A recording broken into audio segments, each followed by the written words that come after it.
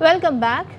آغاز میں سب سے پہلے بات کریں گے اعلامیے میں کہاں لکھا ہے کہ کوئی سازش ہے۔ D G I S P R کی وضاحت۔ میجر جنرل بابر افتخار نے بتایا نیشنل سیکیورٹی کونسل میں بھرپور طریقے سے بات ہوئی، میٹنگ کا اعلامیہ جاری ہوا جس میں سب واضح ہے، ایجنسیاں پاکستان مخالف دھمکیوں اور سازش کے خلاف عمل پیرا ہیں۔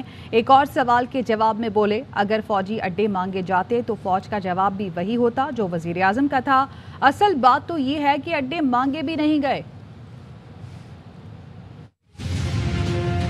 عسکری قیادت کا موقف نیشنل سیکیورٹی کونسل کی میٹنگ میں بھرپور طریقے سے دے دیا گیا۔ اعلامیے کے اندر بڑے واضح الفاظ میں لکھا ہوا ہے کہ کیا تھا اور کیا نہیں، کہیں ادھر کانسپریسی کا لفظ ہے کیا اس اعلامیے، میرا نہیں کیا۔ اس ان پٹ کو اس کانفرنس کے منٹ سے گورنمنٹ ڈیکلاسیفائی کر سکتی ہے۔ ڈیمارش صرف سازش پہ تو نہیں دیے جاتے، کئی ریزنس ہوتے ہیں، جس طرح اس اعلامیے میں لکھا ہوا ہے کہ ان ڈپلومیٹک لینگویج یوز کی گئی ہے، کہ جو بات چیت کی گئی ہے وہ انٹرفیرنس کے مترادف ہو، اس کے اوپر ڈیمارش دیا جاتا ہے۔ یہ سائفر بیسیکلی تو فارن آفس کی ڈومین میں ہوتے ہیں، یہ ٹاپ سیکرٹ ڈاکومنٹس ہوتے ہیں اور ان کی کچھ سرکولیشن ہوتی ہے، پیجیز جو ہیں وہ ایمو ڈائریکٹریٹ میں بھی وصول ہوتی ہیں، کچھ ایسے ہی جن کا تعلق سمجھا جاتا ہے کہ نیشنل سیکیورٹی یا ایسے کسی چیز سے، نیشنل سیکیورٹی سے ریلیٹڈ کوئی ایسی چیز ہو تو وہ ادارے اپنا کام شروع کر دیں۔ یہ سائفر آیا تھا جس ٹائم پہ بھی 7 کو 8 کو، تو انہوں نے اپنی تحقیقات اپنا سب کچھ اسی وقت شروع کر دیا۔ 31 تاریخ کو ہوئی تو وہ ان پٹ اس کی بنیاد پہ تھی۔ ہماری انٹیلیجنس ایجنسیز، ہمارے ادارے دن رات ایسی تھریٹس اور ایسی کانسپریسیز کے اگینسٹ جو کرنا ہے اور اس کے اگینسٹ کام کر رہی ہیں۔ اگر کسی نے پاکستان کے خلاف کوئی بھی سازش کرنے کی کوشش کی تو کامیاب نہیں ہونے دیں گے۔ کسی نے پاکستان کی طرف میلی آنکھ سے دیکھا تو اس آنکھ کو نکال دیں۔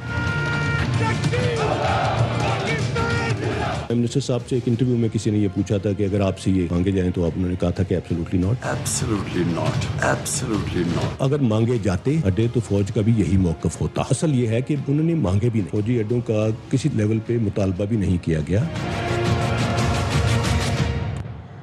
اسٹیبلشمنٹ کی طرف سے کوئی آپشن نہ دیا گیا نہ سامنے رکھا گیا۔ وزیر اعظم آفس سے آرمی چیف کو اپروچ کیا گیا کہ ڈیڈ لاک ہے، بیچ بچاؤ کرائیں۔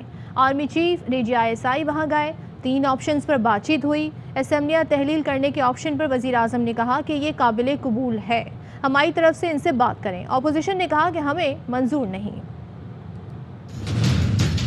آپشنز اسٹیبلشمنٹ کی طرف سے نہیں رکھی گئی تھی، پرائم منسٹر آفس کی طرف سے وفاقی اسٹاف کو اپروچ کیا گیا تھا جب یہ ڈیڈ لاک برقرار تھا کہ اس میں کوئی بیچ بچاؤ کی بات کریں۔ انفارچونیٹ کہ ہماری سیاسی جماعتوں کی قیادت آپس میں بات کرنے پہ تیار نہ تھی۔ آرمی چیف اور D G I S I بھی اس میں گئے پی ایم آفس، وہاں پہ ان کے ساتھ رفقات تھے، ان کے ساتھ بیٹھ کے وہیں پہ یہ 3 سینیریوز ڈسکس ہوئے کہ کیا کیا ہو سکتا ہے، اور ان 3 سینیریوز میں کہ جی no confidence motion goes as it is, دوسرا تھا کہ پرائم منسٹر صاحب ریزائن کر دیں، اور تیسرا تھا کہ اپوزیشن نو کانفیڈنس موشن واپس لے لے، پرائم منسٹر صاحب اسمبلیاں ڈیزالو کر کے فریش الیکشنز کی طرف چلے۔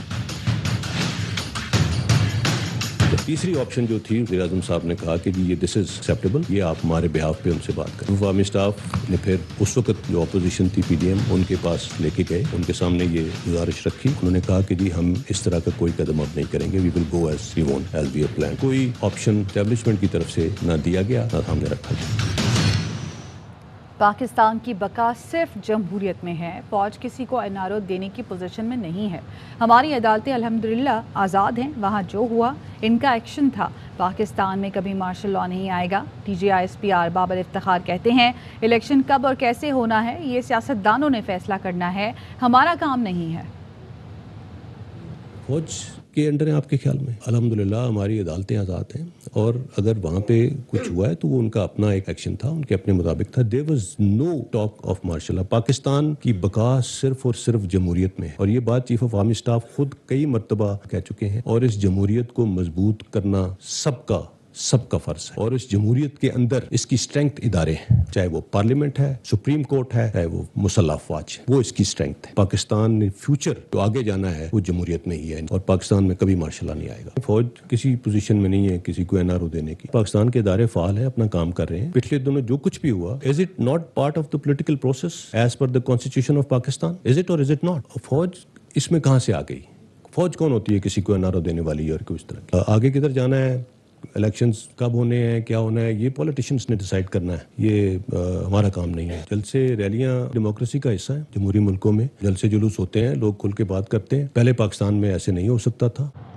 عوام اور سیاسی جماعتوں سے درخواست ہے فوج کو سیاست میں نہ گھسیٹیں۔ بہتر ہوگا ہم اپنے فیصلے قانون پر چھوڑ دیں۔ D G I S P R major general Babar Iftikhar کہتے ہیں افواج پاکستان اور عسکری قیادت کے خلاف منظم پروپیگنڈا مہم چلائی جا رہی ہے۔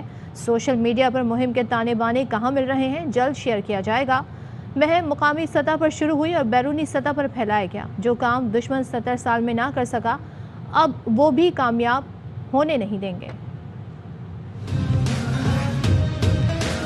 تعمیری تنقید مناسب ہے، لیکن افواہ سازی کی بنیاد پر سازشوں کے تانے بانے بننا اور بے بنیاد کردار کشی کرنا کسی بھی صورت قابل قبول نہیں۔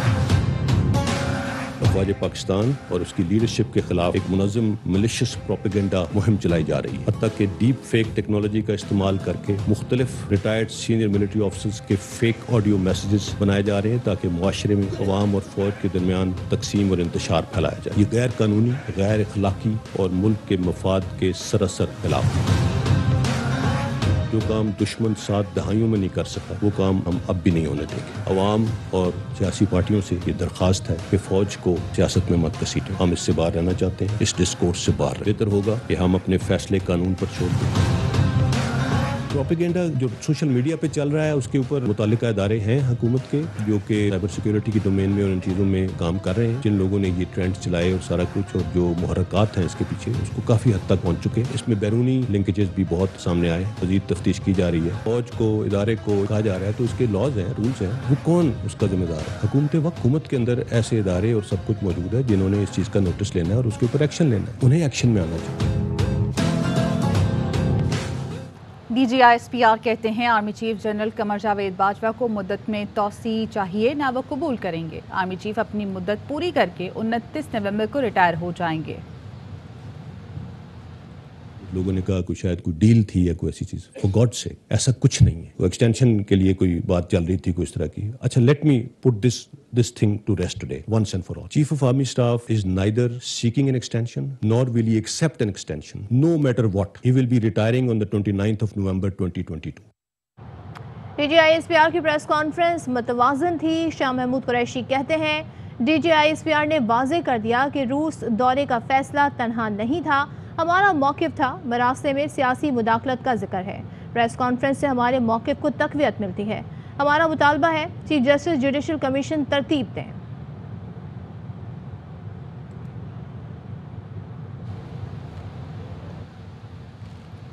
سیکیورٹی کونسل نے کہا تھا بیرونی مداخلت کی مذمت کرتے ہیں، لفظ سازش استعمال نہیں ہوا تھا، اب اہم ہے کہ جوڈیشل کمیشن بنے۔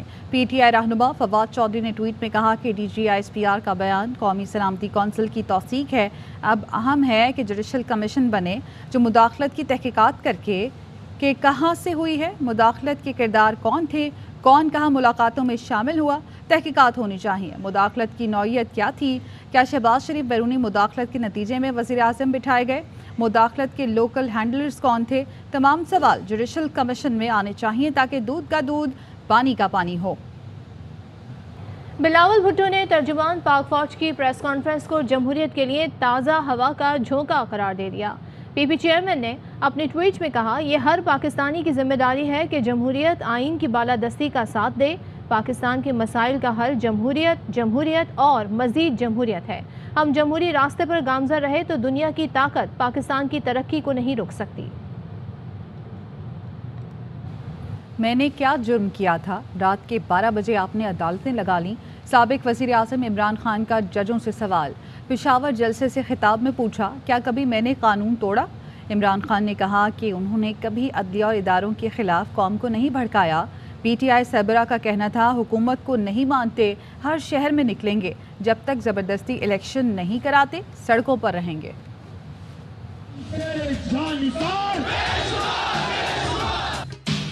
میں نے کیا جرم کیا تھا کہ رات کے 12 بجے آپ نے عدالتیں لگائی؟ میں اپنے ججز سے پوچھتا ہوں کیا قاسم سوری نے ٹھیک نہیں کہا تھا؟ جو مراسلہ اسے ملا واضح طور پہ لکھا ہوا ہے امریکہ صرف پاکستان سے تعلقات ٹھیک کرے گا اگر آپ عمران خان کو ہٹاؤ گے۔ نکالنے کی سب سے زیادہ خوشی ہندوستان میں بنائی گئی، اسرائیل بڑا خوش ہوا۔ کبھی میں نے قانون توڑا، کبھی میں نے اداروں کے خلاف، اپنی عدلیہ کے خلاف، کبھی میں نے اپنی قوم کو نہیں بھڑکایا۔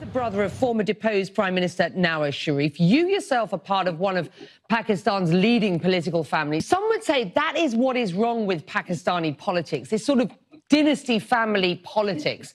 Right or wrong?